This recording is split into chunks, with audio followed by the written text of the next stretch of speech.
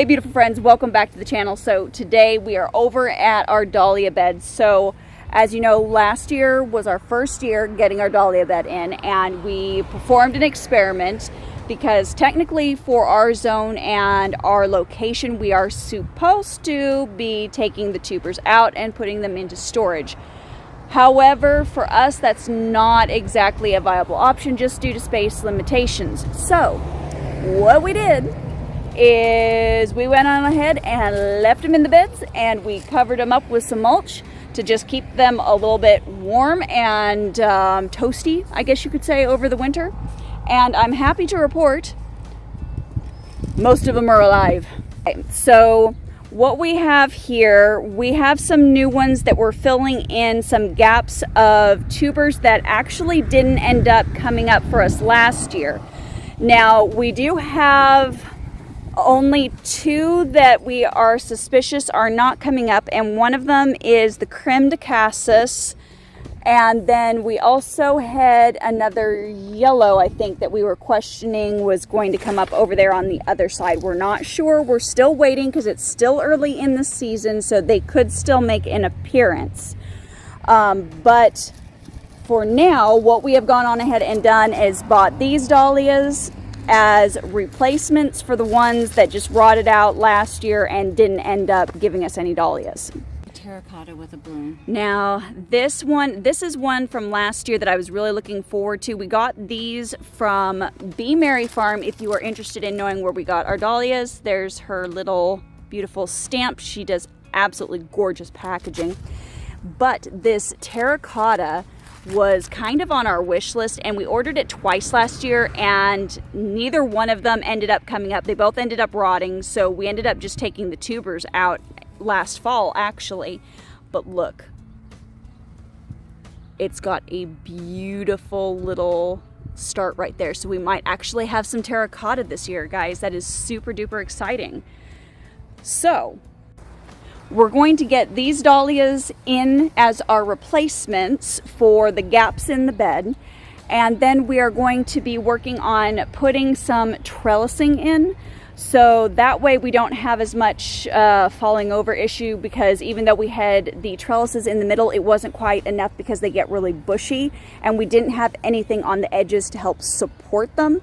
So basically we're going to be making supports for them this year so that they don't end up flopping over in the bed, and that way we have more upright stems that we can enjoy and cut and use inside for cut flowers, as well as enjoy the blooms out here. So we're going to go on ahead, we're going to get started, and we'll see you back here in a little bit.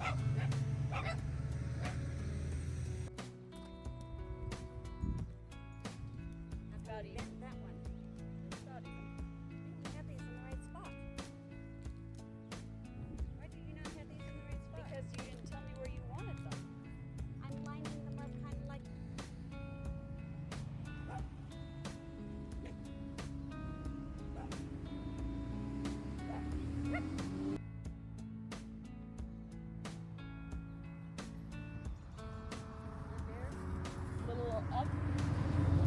Yep. Here. A little lower.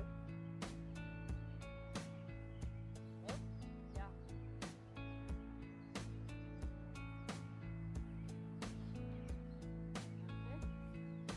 No, that's too tall. Too tall? Yeah. Yeah.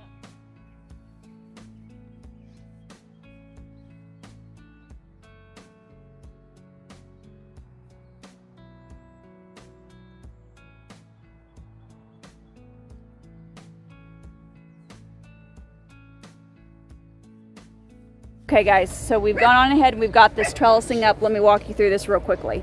So once the dahlias grow up, you're not really going to be able to see this, and hopefully it's kind of translating on the video here, but we've got this line and we've got two of them so that as they grow up, we can just kind of keep them shoved in, and then they'll just kind of fill all of this in instead of just falling over like they did last year.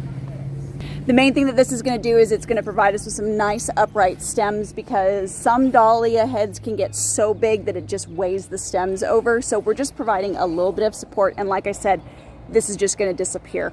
So you're barely going to even be able to see any of this weird spider trellising that we are doing here in this bed in probably 2-3 months, because really they're already completely popping up. So probably within the next week and a half, I'll be making sure that they're upright behind this level right there. So I hope that this encouraged you if you are interested in growing dahlias in your zone, and if you are wondering if you are going to be able to overwinter them outside in your space instead of having to dig out all those tubers and bring them in and go through all the processing. Yes, obviously we have proved that it is possible to overwinter your dahlias in their bed outside in a zone 7 in the south. So it is a possibility. You just have to take some extra precautions and, you know, deal with the few losses that you did get. We really only lost 2, which, all things considered, is a win in my book.